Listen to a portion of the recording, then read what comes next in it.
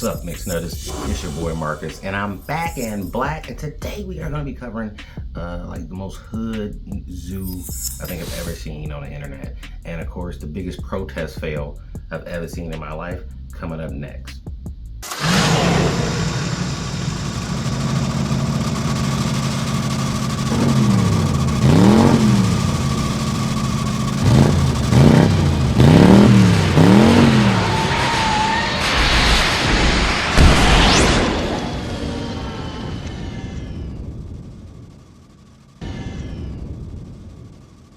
Alright, now before we proceed, go ahead and like and subscribe to the channel. Hit that notification bell so that you are notified every time we drop a new video, which is either going to be Monday or Friday. Of course, we're doing every other week right now.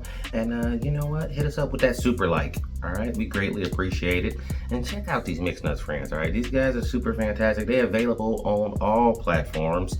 And you can check us out on that Mixed Nuts 3000, that Instagram page, that Mixed Nuts 3000. Run it.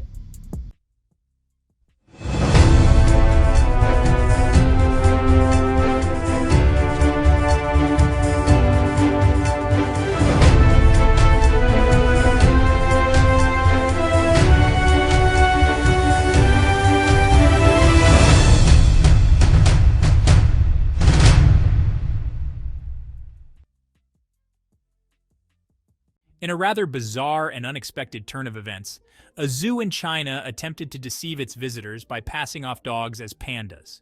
They went to great lengths, painting the dogs meticulously to resemble pandas, with black and white fur patterns. The zoo officials probably thought that the visitors wouldn't notice the difference, but it didn't take long for people to realize the truth. The dogs were placed in an enclosure that was originally meant for pandas, complete with bamboo and other panda-like settings. However, the visitors quickly sensed that something was amiss. The so-called pandas were barking, a sound that pandas certainly do not make. This unusual incident took place at a zoo located in the Sichuan province of China, a region renowned for its panda population. Sichuan is globally recognized for its significant panda population, with many conservation efforts dedicated to these beloved creatures. Unfortunately, this particular zoo seemed to be lacking real pandas, leading them to resort to this strange and deceptive tactic. Real pandas are a national treasure in China, and their presence in zoos is a major attraction for both locals and tourists. The visitors left the zoo feeling disappointed and deceived, as they had come with the expectation of seeing real pandas, not painted dogs. The zoo admitted to painting the dogs to look like pandas, a move that shocked many. They said they did it to attract more visitors, hoping to boost their dwindling attendance numbers. They claimed it was harmless fun, a creative way to bring joy to families and children.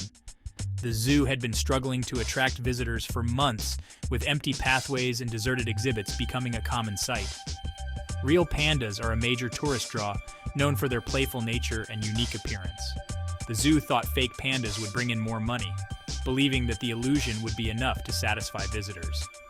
They thought wrong. Painting dogs to look like pandas is not a good idea. It is deceptive and unethical. It is cruel to the dogs, causing them distress and discomfort. It is also misleading to visitors who come expecting to see real pandas and leave feeling cheated. The zoo faced a lot of criticism, with protests and negative media coverage highlighting the scandal. The public outcry was immense, and the zoo had to rethink its strategies. People were angry when they found out. Social media exploded with criticism. People called the zoo's actions cruel and ridiculous. Animal lovers were especially upset. They said painting the dogs was harmful. They also said it was disrespectful to the animals. The story quickly went viral. It made international headlines. The zoo became a symbol of animal mistreatment. Section 4. Ethical concerns. Animal welfare takes center stage. In recent times, the issue of animal welfare has become a focal point of public discourse. The treatment of animals in captivity, particularly in zoos, has raised significant ethical questions. Experts spoke out against the zoo. They highlighted numerous instances where animals were subjected to inhumane conditions, sparking outrage among animal rights activists and the general public alike. They said painting animals is wrong. This practice, they argued, not only disrespects the animals, but also subjects them to unnecessary stress and potential harm. It can be stressful for the animals. Animals in captivity already face numerous challenges, and adding such stressors can exacerbate their distress, leading to both physical and psychological issues. The paint can be toxic. Veterinary professionals have warned that many paints contain harmful chemicals that can cause severe health problems for animals, including skin irritations and respiratory issues. Animal welfare groups condemned the zoo's actions. They issued statements calling for immediate cessation of such practices and urged the public to support their cause. They said it showed a lack of respect for animals. Respecting animals means acknowledging their right to live free from unnecessary harm and exploitation. They called for better treatment of animals in captivity. Advocates are pushing for reforms that ensure animals in zoos are provided with environments that meet their physical and psychological needs. The incident started a conversation about animal welfare. Social media platforms were flooded with posts and discussions, bringing the issue to the forefront of public consciousness. People debated the ethics of using animals for entertainment. The debate extended to the broader implications of using animals for human amusement, questioning the morality of such practices. Many people called for stricter regulations for zoos. There is a growing demand for legislative changes to ensure that zoos adhere to higher standards of animal welfare, protecting the rights and well-being of the animals in their care. Section 5 Apology and Promises. The zoo responds to the backlash. The zoo eventually apologized. They admitted they made a mistake. They promised to never paint dogs again. The zoo said they would focus on animal welfare. They said they would educate visitors. They wanted to regain the public's trust. The incident showed that people care about animals. It showed that zoos need to be more careful. It highlighted the importance of animal welfare. Now look at that. Now I know China, is known for pandas, right? But I guess they feel like their zoo won't really cut it unless they have a panda. But this zoo is kind of struggling to get these exotic animals because it's not like it used to be back in the day. Like you gotta it's hard to get these animals. There's a lot of laws involved and there's a lot of situations that have to be in place before you can even get some of these animals. Or you have to get them on loan and then pay those people to loan them for a certain period of time to draw up the attraction for it. But it's kind of crazy that they you painted a dog, bro. People are gonna notice that it's barking and it's running around panting because of the heat. If you did that as just a showcase on making regular animals, like dogs or cats or whatever look like wild animals, that would be kind of cool. But if you go to a real zoo and they just trying to trick you, that is super ghetto, bro. Why would you even do that? And then get caught and be like, my bad, we just couldn't find any pandas. I'm like, they must have been, this is the most down bad behavior a business could do, bro.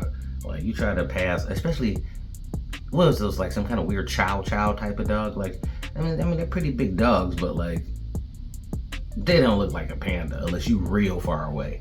And these people were close enough, and especially with phones, you could just zoom in, bro. So I'm like, y'all thought y'all was gonna get away with that? No, y'all just gonna be the shady zoo. Ain't nobody going there, bro. You know what I'm saying? You ruining your reputation, man.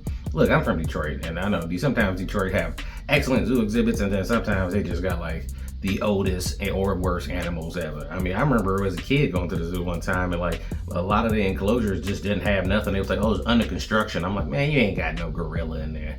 That gorilla he ain't somewhere else while this is under construction. He don't exist. You know what I'm saying? So you go to the natural museum, you get to see some dead stuffed animals or something. But anyway, they never painted it painted a dog and was it's a panda. Pandas, their head shape size. If anything, it looked kind of like a raccoon to me. When I saw the picture, I'm like, this is, you could maybe pass it off as dad or something, but a panda, bro? Come on, son. All right, so this next video, okay, look, this is terrible. I got actual secondhand embarrassment watching this video. It's short and sweet. Let me just set the tone for you. They protesting. What are they protesting? Don't even matter. When you see the video, you will see what I'm saying. But before you get to protest, specifically keep it nonviolent, but then also if you do something that's kind of violent or destructive, put a little thought into it. Run the video.